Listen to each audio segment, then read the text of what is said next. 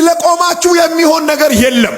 ነገሩ ተበላሽቶ እያለ ተራመድ፣ ተዘግቶ እያለ ተራመድ፣ ቆሞ እያለ ተራመድ። ዮርዳኖስ የሚቆመው አንተ ስትቆም ሳይሆን ስትራመድ ነው። ከላይ ወደ ታች የሚፈሰው ውሃ የሚቋረጠው አንተ ስትቆም ሳይሆን እግርን ስታስገባ ነው። መቆም መፍትሄ የሚመስለው ሰው አለ። ቆይ ይሄ ወጀብ እስከሚያልፍ ድረስ ልቁም፣ ቆይ ይሄ ስድብ እስከሚያልፍ ድረስ ልቁም፣ ቆይ ይሄ ጦርነት እስከሚያልፍ ድረስ ልቁም ብላችሁ የቆማችሁ ሰዎች ተሸውዳችኋል። ዛሬ ላነቃችሁ ፈልጋለሁ። ስለ ቆማችሁ የሚቋረጥ ጦርነት የለም።